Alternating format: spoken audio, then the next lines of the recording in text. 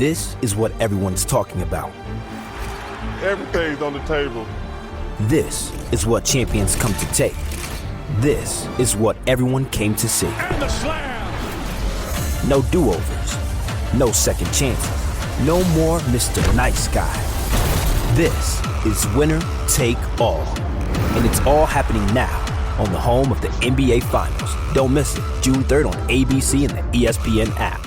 At Blinds.com, it's not just about window treatments. It's about you, your style, your space, your way. Whether you DIY or want the pros to handle it all, you'll have the confidence of knowing it's done right. From free expert design help to our 100% satisfaction guarantee, everything we do is made to fit your life and your windows. Shop up to 40% off with minimum purchase and a free professional measure right now at Blinds.com. Plus, pay at your own pace starting at 0% APR with Affirm. Terms apply. Ryan Reynolds here from Mint Mobile with a message for everyone paying big wireless way too much. Please, for the love of everything good in this world, stop. With Mint, you can get premium wireless for just $15 a month. Of course, if you enjoy overpaying, no judgments, but that's weird. Okay, one judgment. Anyway, give it a try at mintmobile.com/switch. Upfront payment of $45 for 3-month plan, equivalent to $15 per month required. Intro rate first 3 months only, then full price plan options available. Taxes and fees extra. See full terms at mintmobile.com.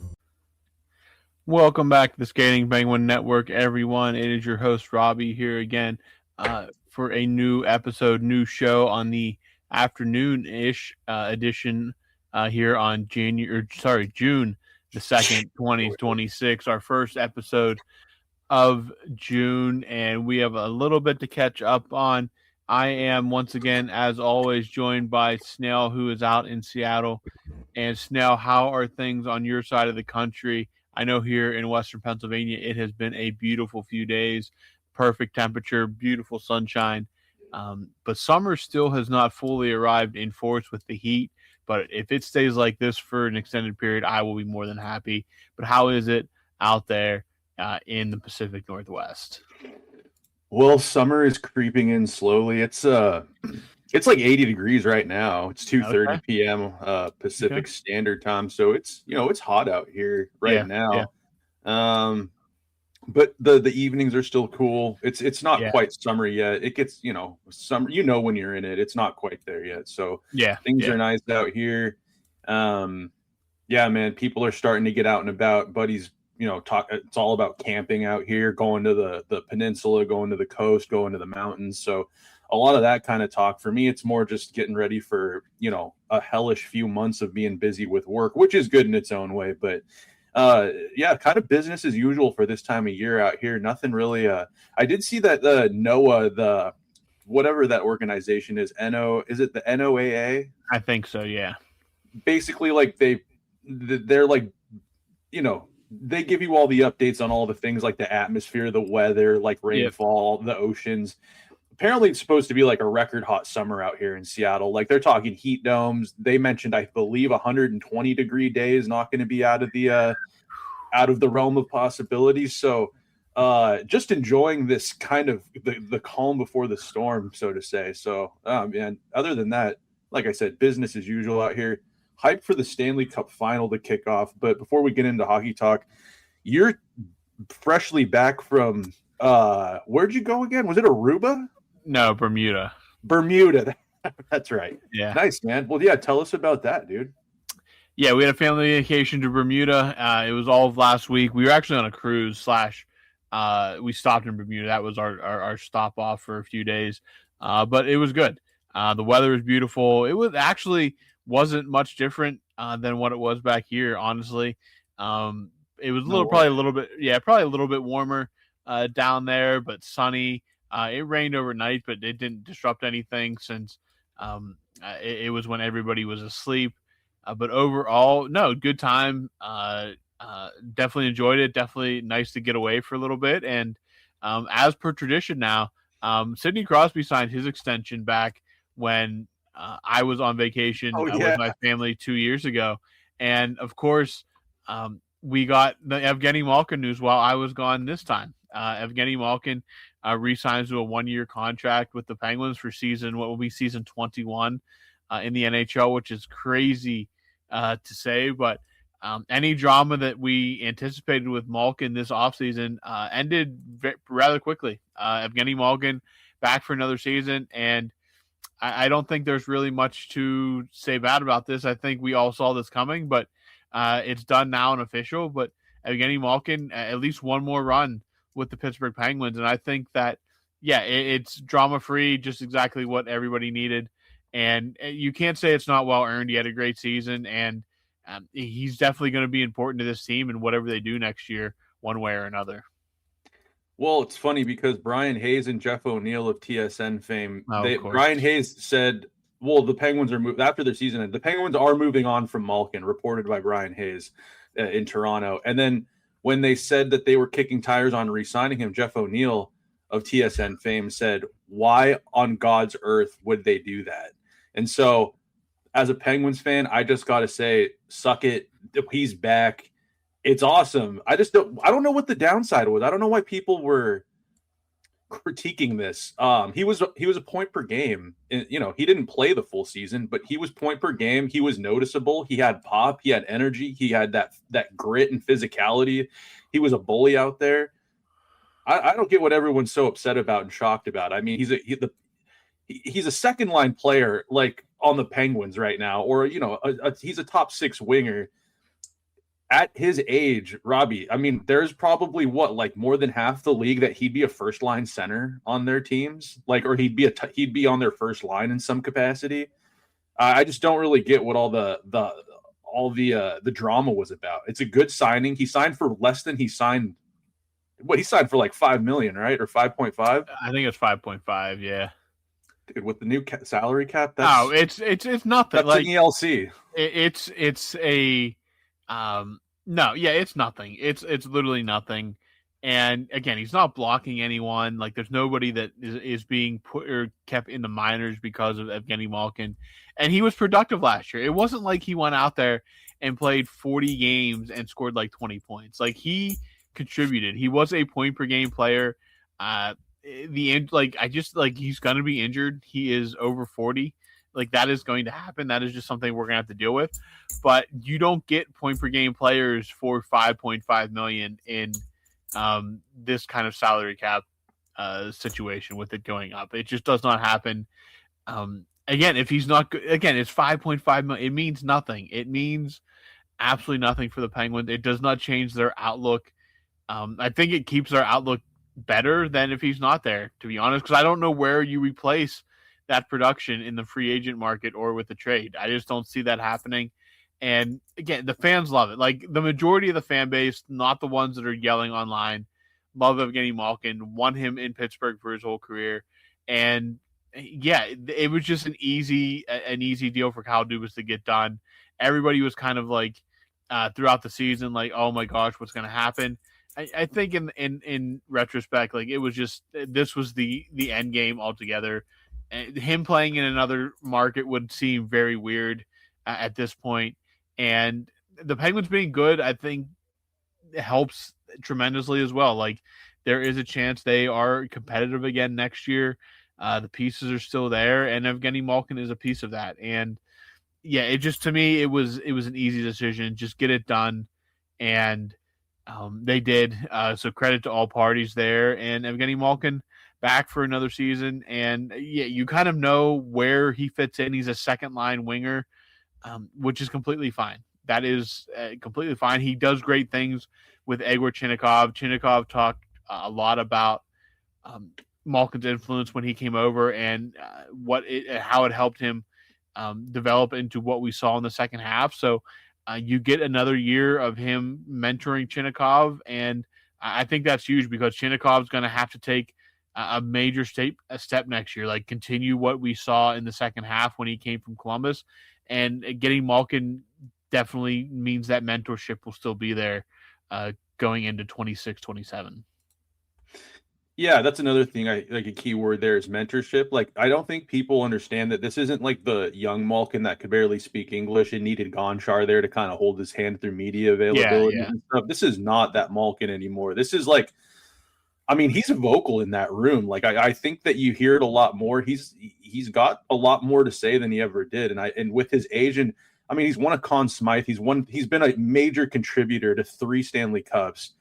I just think it's one of those things where it's like people are kind of forgetting that, like, it's the mentorship aspect of it. And like you said, he's not keeping anybody from coming up. I think that younger players that do get a shot are actually going to benefit greatly from playing next to or in this, just being in the locker room with a guy who's got what he's got under his belt. Like, I feel like sometimes maybe in other markets, fans of other markets, maybe they still see Malkin as sort of like the, doesn't like to talk, maybe just kind of a go out there and play. But I think he brings a lot more to the leadership group than what maybe fans from other markets, like I said, really give him credit for. Oh, absolutely. I agree with that. That take wholeheartedly there. Malkin he's still an important piece. Like, that's just how it is. He's still an important piece. Eventually it's obviously going to come to an end, but if he goes out there next year and plays 65 games and puts up 70 points, the deal's a bargain. I mean, that's all there really is to it. And on top of that, the work with guys like Chinnikov it just makes it even more of a bargain, in my opinion, because Chinnikov is the guy that potentially, if he can play like he did when he came to Pittsburgh, that is a superstar in the making kind of player. And having the comfort of not only just another Russian teammate or Russian teammates, but one of the superstar Russians in NHL history there to take you under his wing is so important. And Malkin has seemingly just kind of taken on that role with no questions asked. And again, he had a guy like Gonchar when he came in, so having Malkin take or fill in those shoes now for the next generation of not only Penguins or not only Russians but Penguin superstars as well is vitally important. And I don't think he wanted to play anywhere else. I think it was Pittsburgh. He said he was open to playing somewhere else. He belongs in Pittsburgh, and I'm glad he gets.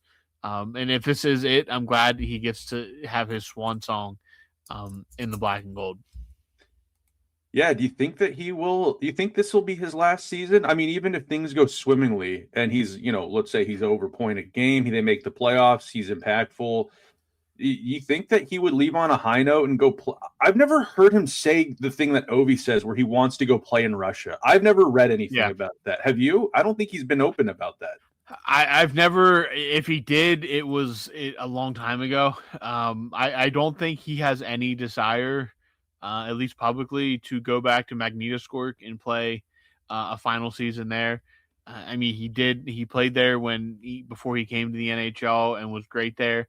Ovechkin has obviously been very vocal about wanting to do that, but Malkin, I have no recollection of him going on the record publicly and saying that he wants to play or wrap up his career in Russia. And I think that he'd be completely fine with the Penguins being his final stop. Like, I just feel like that for him would be the perfect capstone, is to finish it in Pittsburgh.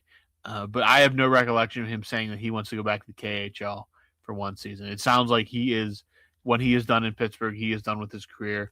And I don't know if this is it. Like, at some point it has to end. Like, but what if he goes out and posts another point per game season? And I don't know what I don't know. But he didn't. There was no real indication that this was a for sure final tour.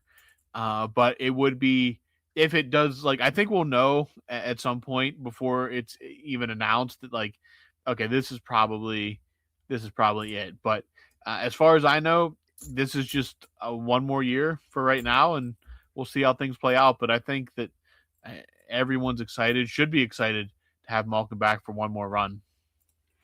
He's only 280 points off the off of Ovi's 1,687 points, which is all-time Russian point leader in the NHL. I don't think he's going to play that long, even if Ovechkin would not come back this year. Let's say Ovechkin doesn't come back this year. Like, if he puts up, let's say he puts up and this is super like generous, but say he puts up 80, he still need 200. I don't think he's catching him. Nah, 200. If you're putting 80 at 40 years old, you still need like 3 more seasons at that point, 2.5 more seasons. Nah, if he spent happening. 2 less years in the Russian Super League, he might. Yeah, you don't know where things are at if he comes over. When Ovechkin comes over, things definitely could have changed, but another year on there, who knows? Who knows what he would have done? Imagine if it would have been Crosby, Ovechkin, Malkin, all rookies in the same year. That would have been bananas. That would have been bananas. Let's see here. Malkin, his rookie year was that 06-07, 33 goals, 52 assists. I feel like he's still underrated, like by like fans around. Like I just feel like people don't understand how freaking good this guy's been for so long. Yeah, and, if you had that type of guy come into the NHL right now, like people would be swooning over that. And he's already been there, done that. He has a Conn Smythe. Yeah, he has an MVP. He has a Conn Smythe. He has an Art Ross. He has, he's won everything. He has 3 Stanley Cups. He literally has everything. He was the first Russian to win the Conn Smythe. I believe, just off the top of my head, there's only 2 that have. I believe, unless Kucherov has one. I can't remember exactly. A Conn Smythe? Yeah, maybe Vasilevsky has one or something like that. I don't think Kuch got one. It was, but no, Malkin, he is obviously, the joke is the Mr. 101 obviously is the joke, but he's clearly a top 20 player, maybe top 15 player in NHL history, and he deserves to go out in his terms, and his terms are that he wants to play at least one more season, and he wants to do it in Pittsburgh. And I think that he has more than earned the right to that. He has more than earned the right to that. And as I'm checking this right now, Andrei Vasilevsky is the other Russian that does have a Conn Smythe trophy. So that was that year he never lost 2 games in a row, or like he was. Yeah, that was that year he was God mode. Yeah, 2021, the year that they beat the Canadiens in that weird shortened bubble season kind of thing. But no, I think overall you have to love the move, and I'm glad Malkin's back. We get another year of Gino in Pittsburgh, and he's such an entertainer. He's such a fantastic person. To me, it was an easy decision. He needs to be. He rightfully is back in Pittsburgh for at least one more season. At least one more, and I think we're all stoked on it. Yeah, absolutely, and it'll be great to have him back. And it takes one less question mark off the board here heading into June now. Obviously, a little bit more work to do for Kyle Dubas here as we lead up into the draft, which I believe is in 3 weeks, and then free agency right after that. So, a lot going on. Malkin just one piece of that puzzle, and good to have it done. And excited to hopefully here in a few weeks actually talk about the big club. But as for now, we have the minor league clubs. We'll start with Wheeling, who made it to the Eastern Conference Finals of the ECHL Kelly Cup playoffs. And I was paying attention to this kind of as an aside. A little harder to get much being able to tune in exclusively to the Wheeling Nailers when the broadcast isn't necessarily readily available for the ECHL, but they made it to the Eastern Conference Finals, where they lost in 5 games to the Florida Everblades. The Everblades, which are an ECHL juggernaut over the past few years, but nothing against the Nailers. Taylor Gauthier was fantastic in these playoffs. He is basically going to be the Wilkes-Barre goaltender next season. He basically has all the Wheeling all-time goalie record, so a well-earned promotion for him. But they lose in 5 games. Their season is at an end, but overall, it's great seeing this from the young Penguins at all levels being able to get some playoff experience, even in these minor league leagues. It's good for the Penguins in the future. Yeah, absolutely. Sorry, you kind of cut out there at the last second. What was your last 2 sentences there? I just say it's great that these young guys are getting playoff experience, even if it's not at the NHL level. Just getting these long playoff opportunities to kind of learn what the grind of a hockey playoff is like. No, absolutely. Yeah, that's it is great that they're getting this. I mean, and this is what you wanted in your system for years. Like, this is where they got into trouble, is like, yeah, maybe some of these guys aren't, first round picks. Some of them are first round picks, but some of them aren't. And you're looking for those guys that can make an impact in some capacity or fill in a need short term. The Penguins just haven't had that for years. That's why their depth has been challenged. This is why they've missed the playoffs a few years in a row. They haven't had an influx of young guys that can come in on cheaper deals and make an impact, short term, long term, whatever. And right now you're seasoning these guys to be able to do that as soon as next season. So hopefully the Penguins build off what they did this year. Hopefully they're building off of their successes this year and getting to the playoffs for the first time in a few years. I think with you're giving some of these guys like Bill Zonnin's kind of just stepping in, and he's just kind of succeeding right now his stocks are way up, and you're just wondering if he gets some seasoning in not just regular season AHL games. This was right into the playoffs, his first pro games. He's either going to go back to the AHL next year, like you had said, Robbie, I think on a previous pod, or he's going to get a shot with the Penguins. I think him stepping into the playoffs, and then it's just seasoning him for stepping into the NHL. Like, you've got guys like Murashov, he's facing higher pressure situations than he would have in Russia as an 18-year-old or in Wheeling. Yeah. He was too good for Wheeling. You're seeing him get, high leverage stuff, which is in the NHL. He's going to be seeing a lot more of. It's all just good. It's all positive stuff. And, Dubas is like, it's not like the season ended with the big club and like Dubas and company have taken off for their vacations or wherever they go. Like these guys are, it's almost like training. It's not training camp, but I think a lot of the expectations that we're going to be kind of reading into in training camp in a few months are going to be based off of the performances we're watching, like literally right now in the Kelly Cup playoffs. Ready to soundtrack your summer? With Red Bull Summer All Day Play, you choose a playlist that fits your summer vibe the best. Are you a festival fanatic, a deep end DJ, a road dog, or a trail mixer? Just add a song to your chosen playlist and put your summer on track. Red Bull Summer All Day Play. Red Bull gives you wings. Visit redbull.com/brightsummer to learn more. See you this summer. So good, so good, so good. Everything you want for summer is at Nordstrom Rack stores now, and up to 60% off. Stock up and save on the brands you love like Vince, Sam Edelman, Frame, and Free People. Join the Nordy Club to unlock exclusive discounts, shop new arrivals first, and more. Plus, buy online and pick up at your favorite Rack store for free. Great brands, great prices. That's why you Rack.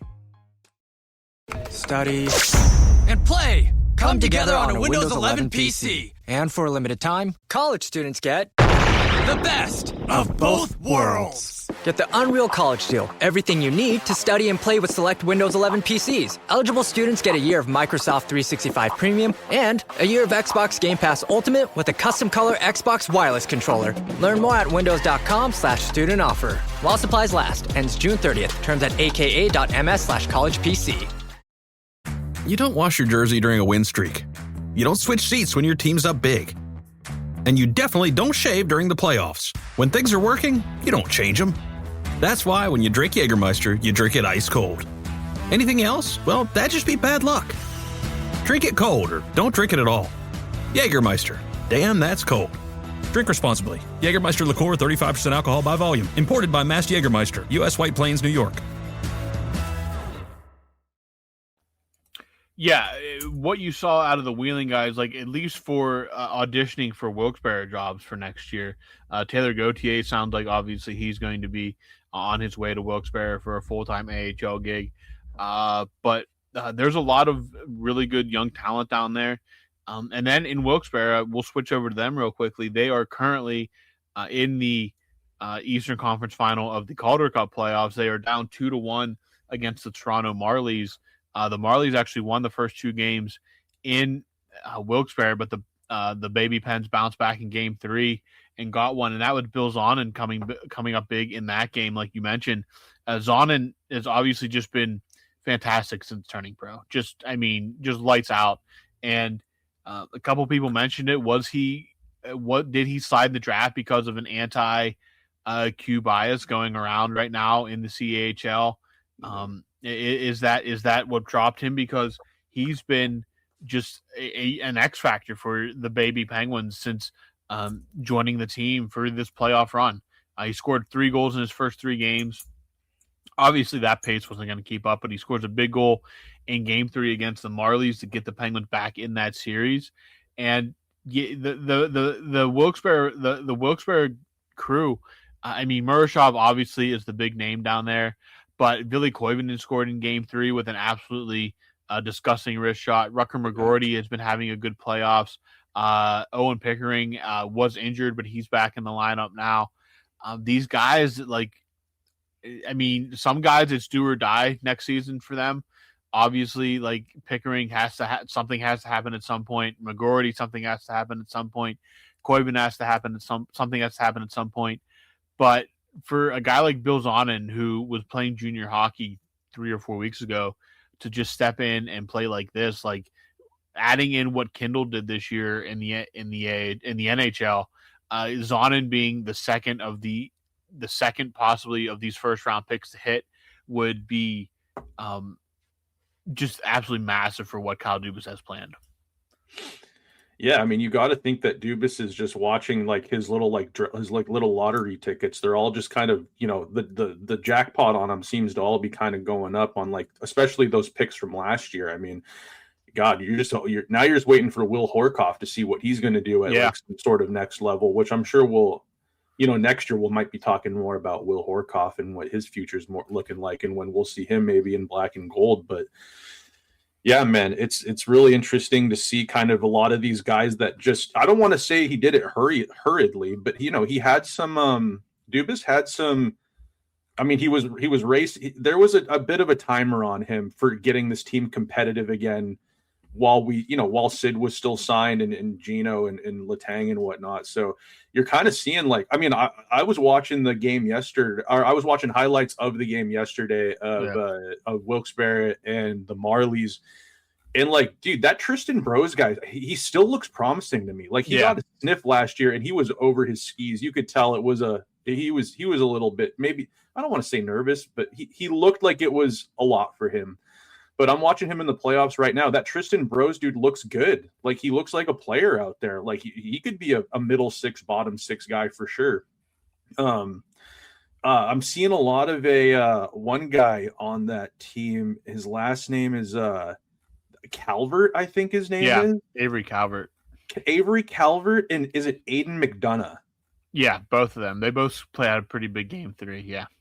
They had a big Game 3, but just throughout the playoffs or whatever, the Calder Cup, or is the Calder Cup in the West and then the Kelly Cup in the East? No, Kelly Cup is the Eastern ECHL. The Calder Cup is the Calder Cup. Yeah. Okay, so in the Calder Cup playoffs, yeah, man, it's just seeing seeing those guys that Aiden McDonough and that Calvert kid. Those kids are noticeable every game. They're tenacious. Kind of pain in the asses to play against. Those guys are what the Penguins are looking for, man. Yeah, absolutely. Those guys have been big for the Penguins, not just in this playoffs, but in the entire season, from what I understand. And we've done all this without mentioning even Avery Hayes as well. Hayes has been a little quieter in these playoffs, but obviously a big part of what the Penguins are planning as soon as next season. But you mentioned Tristan Brose. Brose, yeah, definitely had a sniff in the NHL last year. Wasn't quite ready, has battled some injuries, but figures to be a key part of what the Penguins have planned. And one thing I want to mention about Bill Zonin, and I think what makes Zonin stand out amongst all this is his style of play. He wears number 72, and he plays like a former number 72 that the Penguins had back in the glory days of 2016, 2017 in Patrick Hornquist. He can shoot the puck, but he is not afraid to be in front of the net, get that nose dirty, and make life miserable for opposing defenses and goaltenders. And I think having a guy like Kindle is more of a sniper, a more of a perimeter player, where if you can complement that with a guy like Zonin, that is absolutely huge to have a guy like Zonin, not just for your getting frustrating goalies, but also for your special teams, and just a guy that is willing to do that dirty stuff is massive. You need a guy like that. If you look at teams like Carolina and Vegas, both of whom are in the Stanley Cup final, which we'll talk about, they have guys like that. Any team worth their salt that wants to be a true competitor, a true contender, has to have guys like that. And Zonin seems to be the guy that is going to carry that torch. Maybe as early as next season, we'll see how things play out. But that development, on top of his ability to shoot the puck, is as significant as what Ben Kindle did this season, in my opinion. That Zonin with a player like Ben Kindle, that kind of recipe right there, that's a recipe for some success down the road. You know, it's you've got like that Hornquist-esque kind of grinder, gets to the net and uses his big frame, and then you got a cerebral player like Ben Kindle. And then, I don't know, you throw in anything else on that on the wing, like whether you're throwing in, I mean, hell, Sid might be putting his hand up, put me on the wing with those guys one day. So it's I like the way that I like the types of players that Dubas has been going after. I think there's been a little bit of an onus on like best player available, just get the best guy available. But it seems that, you know, there's like puzzle pieces here, and it looks like he's doing it. He's kind of assembling the prospect roster a little bit with some forethought in mind of like. Agreed. Yeah. I mean, obviously Dubas has been watching what's successful in the NHL right now, and it's size does matter in the NHL. It does. Like, yeah, it's not the be all end all, but you need to have guys that and it helps that these aren't just size guys, they're skill guys as well. Exactly. Gone are the days of the pure, obviously, goon or enforcer, which we've talked about in past episodes. But Bill Zonin, a guy that can throw the body around, get a little dirty, but also has the skill to shoot the puck. And again, it's a perfect complement to guys like Chinnikov and Kindle, who are a part of this future as well. And yeah, it complements everything everybody does so well. And I'm really excited for Bill Zonin. One guy that it just every time he's on the ice, it seems like you notice him, and that is absolutely massive. A guy like Avery Hayes, who may not have the scoring component that Zonin has, but you know Avery Hayes is going to be a water bug, and it's not going to take long next year for teams to absolutely despise him, especially if he becomes the third part of that fourth line that was already a menace last year, and already we know we'll have Blake Lizotte and Connor Dewar back this upcoming season. Add in a guy like Hayes, who is just an absolute, he looks like a rat, he plays like a rat, which is absolutely fantastic. You love having guys like that on your team and hate playing against them.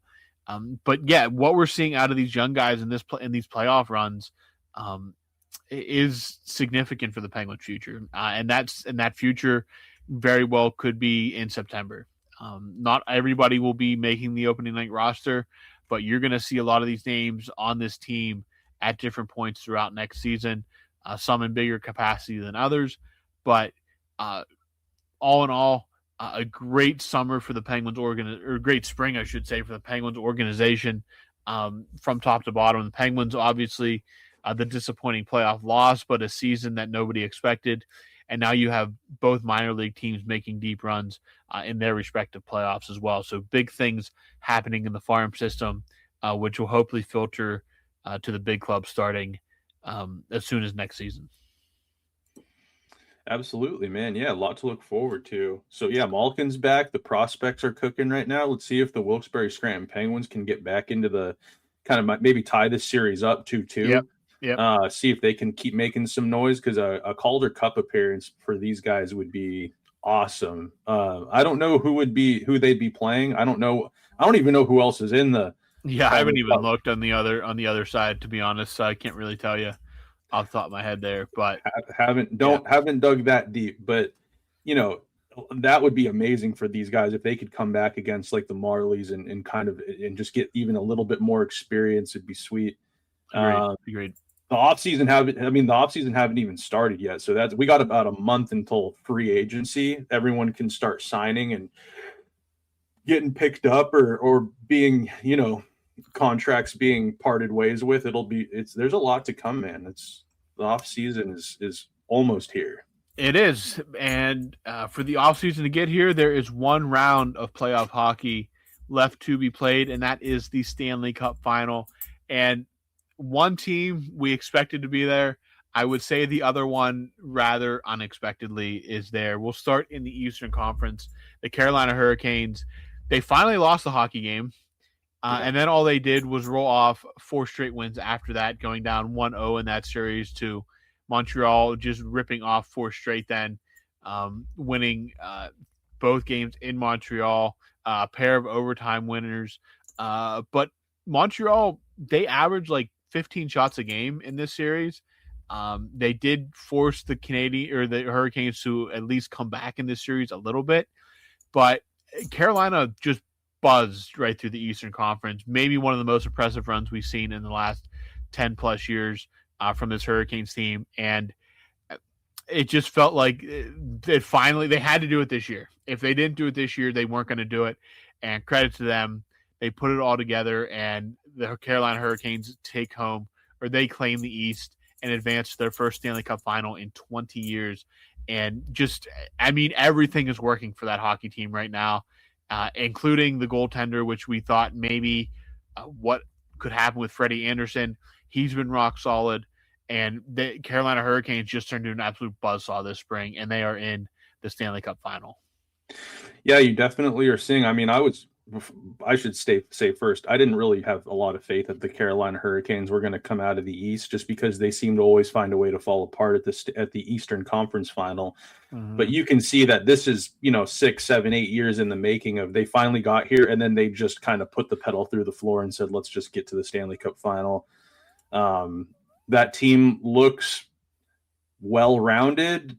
Their weak spots aren't playing like weak spots right now. Freddie Anderson I don't even know if I've seen him this good ever in his career, especially in the playoffs, where he tends to always end up getting hurt, or there's something happening with that guy that always keeps him from performing.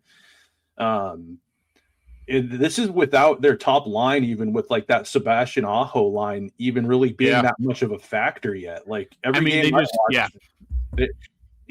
the playoffs, we know this, like the first lines kind of cancel each other out.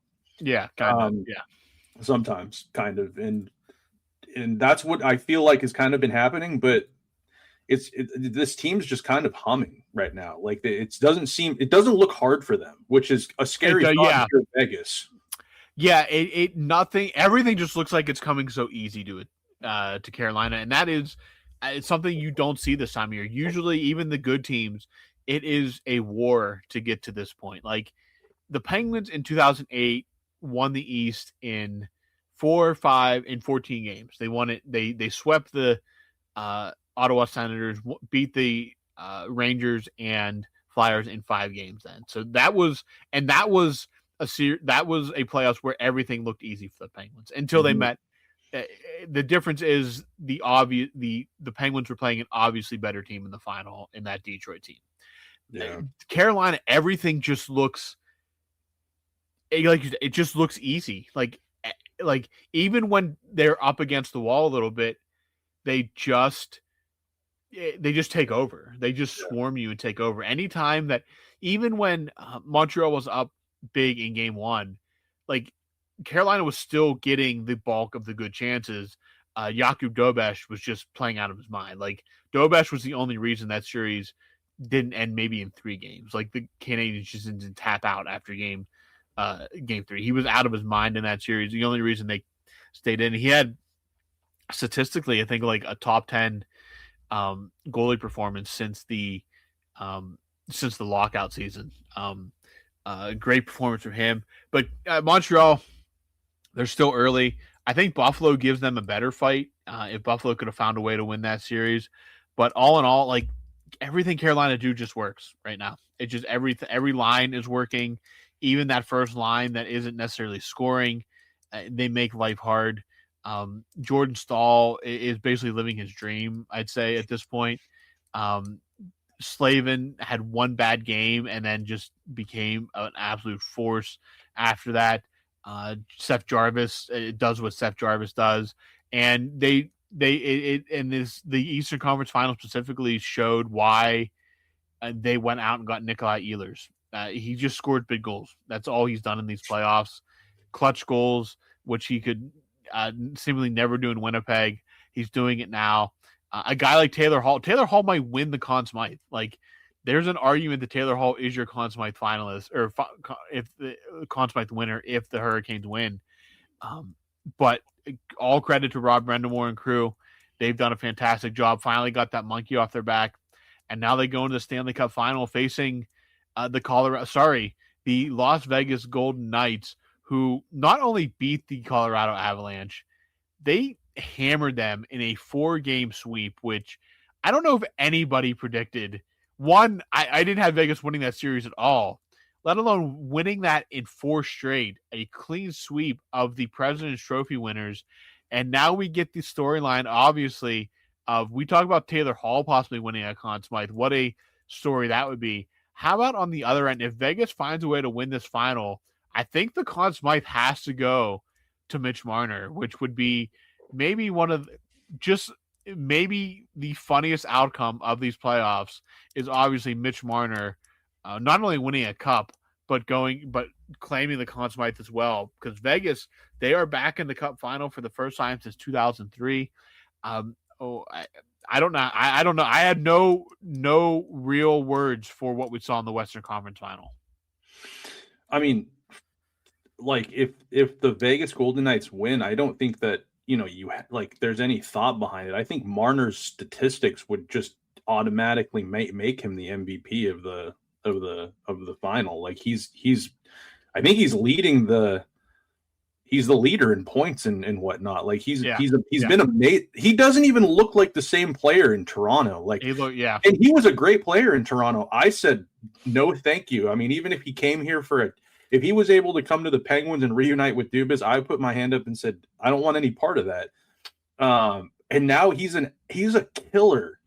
It's a different guy. Yeah. And oh my God, I don't know who I'm rooting for in this series yet, but I kind of am pulling for Mitchy Marner to really put the nail in the coffin to Toronto and say, have fun with that first overall pick, but I'm winning cups in a Conn Smythe. And I mean, Toronto has been the first to deal out all sorts of flack and damage across the league for especially Buffalo, hammering Buffalo for their failures in the past. And guess who's getting buffaloed right now, having to part way with a star player because he didn't want to be there anymore, and he goes and wins a cup and maybe a Conn Smythe. Like, I love it, man. It's just, you couldn't have wrote a better script in my opinion, but not really. I mean, Tortorella too. Like, I've always kind of low-key been a Tortorella fan. I never really wanted him as a coach for the team that I'm rooting for or a team I'd be playing on, but I kind of always thought he brought a little zest to the league, and I've always appreciated kind of his candor and everything. But man, like, if he were to hop in there with 4 games to go or something crazy like that, 8 games to go, and he just kind of, he helped them win he helped Team USA win a gold medal, and then he hops in with this Golden Knights team that apparently from everything that's coming out, they were dead in the water just waiting for the season to end. Yeah. And he hops in and makes them believe, and they go on and they march to a cup, and it's incredible storylines all over the Stanley Cup. Rod Brindamore being the coach 20 years ago, or he was the captain 20 years ago that won that cup against Edmonton. There's a lot of cool stuff happening with this Stanley Cup. I was going to ask you, Robbie, as a hockey fan, like, yeah, the Penguins didn't make it. You can take the fandom out of this one and say, you're not watching as a fan because the Penguins lost in the first round. But like, as a hockey fan, you've got to be excited for the Stanley Cup final because the level of play is going to be there is no dud. It's going to be, you have to think that this is going to be every game is going to be exciting. Yeah, I mean, obviously you have a final where one team you kind of, I mean, a lot of people had that penciled in for the team being Carolina, and on the other end you have a Vegas team who has all these storylines. You have the Marner storyline, which everybody's going to talk about just because it involves Toronto in some way. And then the Tortorella storyline is probably the most interesting, I think, in the playoffs for me, because like they fired Bruce Cassidy, who by all means is a great coach. And if he would be allowed to interview somewhere else, would get a job in no time.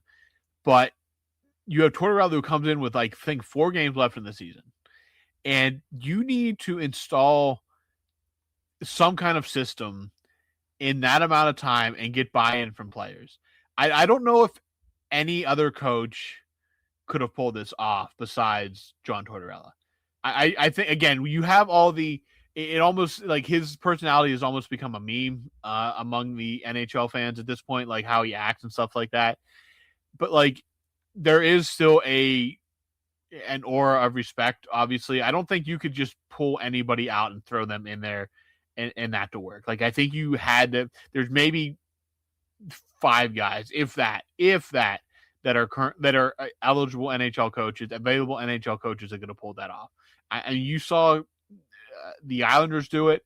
Again, the Islanders are not as good as the Golden Knights, but Pete DeBoer, like, yeah, you don't, like, that is obviously Rick Bowness. He had a little longer of a runway coming into Columbus. Tortorella, 4 games. He had 4 games to get Vegas across the finish line.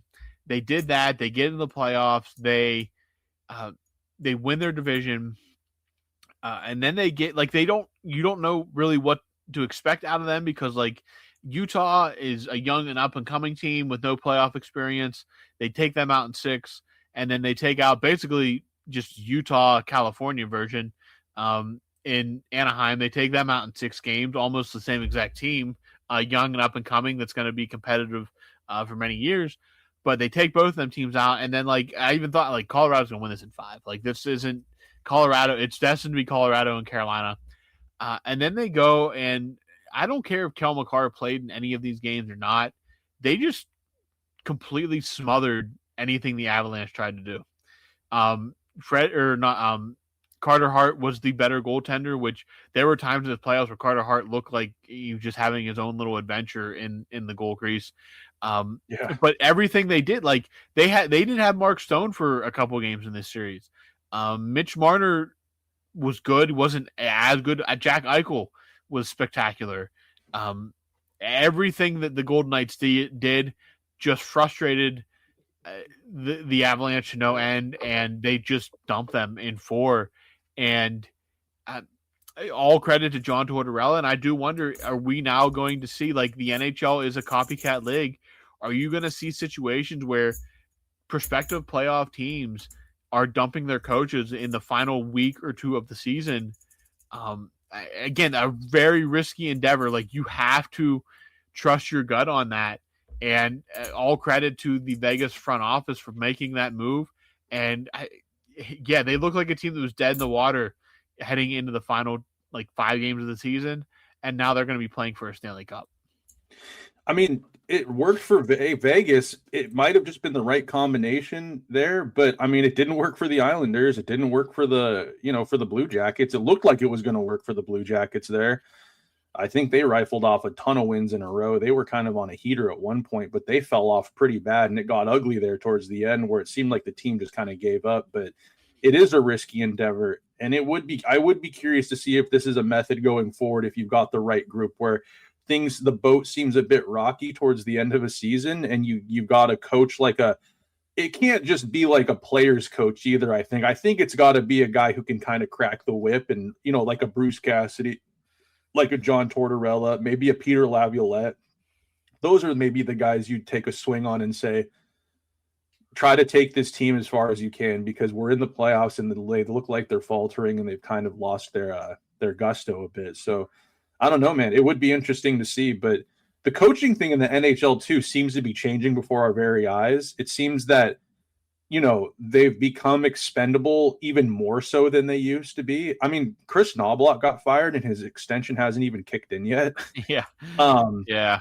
It's kind of in the midst of this change from like the old guard to the new guard, where everyone's trying to get that David Carl guy, or they're trying to everyone's trying to get that new young coach that's going to be able to connect with the new younger generation of players coming in.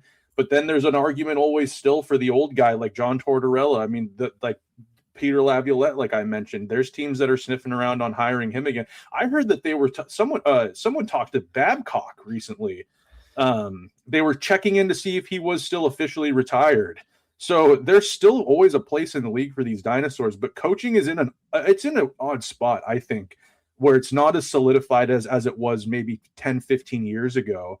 It seems to be a little bit more, I don't know, chaotic in the coaching aspect of the NHL. Yeah, I mean, I don't know what's like. Tortorella doesn't technically have a contract for next season with Vegas. DeBoer does. Bowness, I don't know if Bowness, I believe, he's sign. Coming back. Yeah, I think he signed a 2-year contract. So Bowness is coming back. Yeah, what if you get to a point next year where I'm trying to just, let's say Colorado, just because they're on the top of my head. It's 2 weeks. They're in, let's say, second in that Central Division, but things just aren't working well. What if they're just like, Jared Bednar, thanks for all you've done, but we're going to bring in Bruce Boudreau. I'm just thinking Brucey doesn't have a contract right now. He's not coaching anywhere. And again, if this is the NHL is a copycat league, it would not surprise me if we see this happening more and more in the future now until it kind of gets stale. But I mean, firing your coach of a team that's in a solid playoff position, a coach that won you a Stanley Cup, that ballsy. And it takes major gusto to do that.